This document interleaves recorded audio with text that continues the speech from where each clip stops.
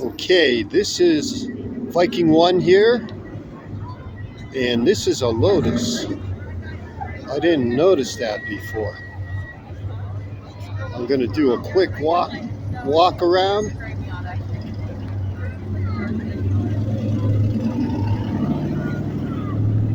Once again, this is Rips Rallies Events. Wow, look at this Lotus. Just awesome. The engine is in the back.